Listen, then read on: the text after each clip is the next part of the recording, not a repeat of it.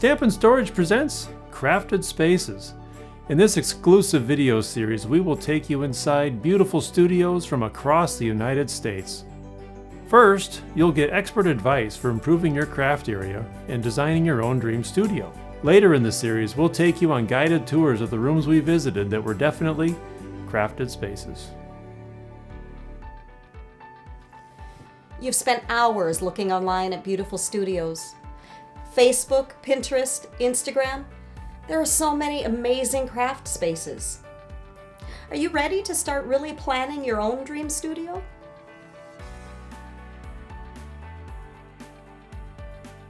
When planning your space, step back and dream.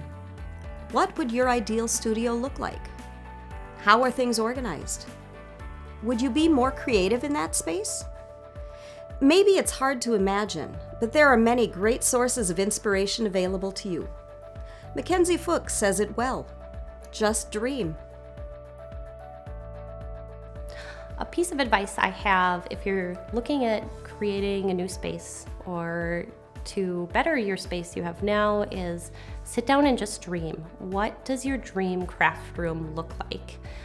For me, it was having things organized by color. I really like that. I think it looks great. I wanted my stamps organized by theme, so I could easily say, oh, I need a birthday card and just go to the birthday stamps. And those are easy things to implement into a room, and you'll just feel better about your space already. You have to do what works for you. I took inspiration from other crafters on Pinterest, on Houzz, any place that I could get an idea. I'm all for it. And many of those ideas are awesome, and some of them would not work for me because of the type of crafter that I am. I found that Instagram was actually a really good place to look for that. Using hashtags like craft room or craft space, you get to see a lot of different ways people utilize their space, and you can decide if you like it or not. And it's just another way to really help plan for your space. Once you have your list of ideas pulled together, that's a great time to start going through things with your design team, especially your cabinetry people. You may think of your room as a crafter in a very personal way, but it's also very helpful to get recommendations from a professional as to other ways that you can utilize the space and even make you a lot more functional than you are now. When I first sit down with a customer, I want to get as much information from them as I can. They do have pictures in their minds. They do have ideas that they want me to understand.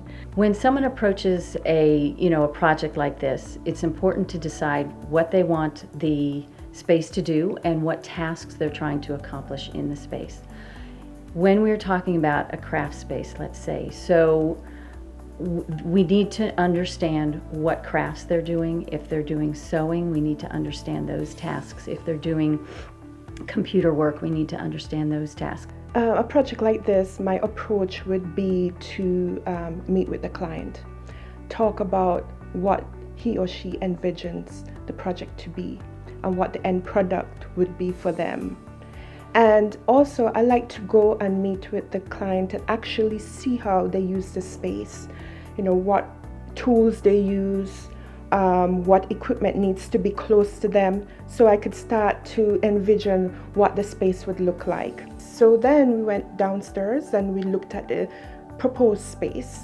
We saw that there was adequate, a couple of windows here. We wanted to maximize the amount of light coming into the space.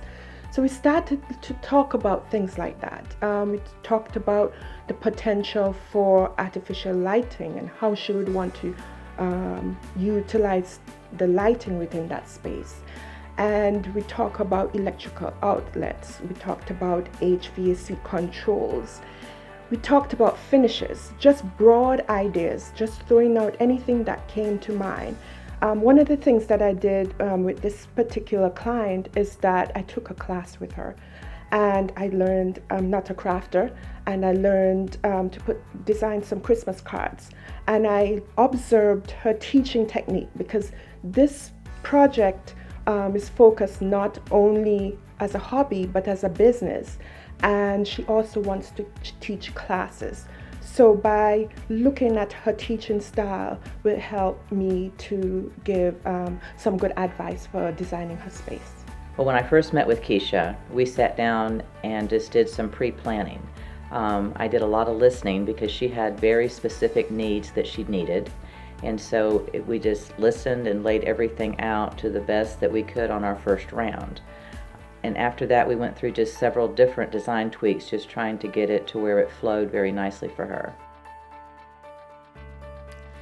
What else do you want to do in that space? Dream about that too.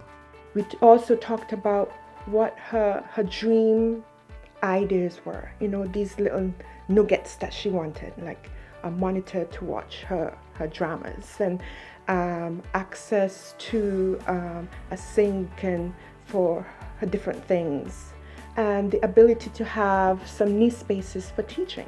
I knew I wanted to have a TV in my craft room. I like to pretty much go on Netflix and binge watch TV shows, and it's the perfect time to do it when I'm crafting. If I'm not in the mood for TV, I have the ability to listen to music, and I just get into a fun mood, and I'm able to get more done.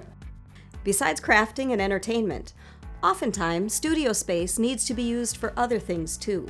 Mostly it's offices. Normally they're combining their craft room with their husband's office, and sometimes that can be a dilemma because crafting is very messy and sometimes noisy with the different machines we have. In this space, it was obviously a multi-use type of a space. So it's really ideal for the person who's going to be using the space to determine what tasks and what elements they want included in the space. It was very important to me to have two separate spaces. I work in here as well as craft. So I made sure that I had a separate area for my computer and the office and computer related things that I needed to do on a day-to-day basis. This is not a spot for my email. This is where I truly can focus on creativity. So I like to keep one thing compartmentalized in one spot and then have everything else flow together. Mary has a bed, a Murphy's bed in her closet, and that comes down for guests, so it's a multi-purpose room. It mostly looks like a craft room, but she uses it for guests too, so it's nice to have a room that you can multi-purpose. So what did you think? Join in on the conversation on our social media channels, which are linked here on the screen. Check out the next episode to find out how you can turn your craft room dreams into a reality. If you're new to the series, be sure to watch the previous episodes. Don't forget to subscribe to our blog so you can hear about the new episodes to come. Thank you for watching Crafted Spaces, presented by StampnStorage.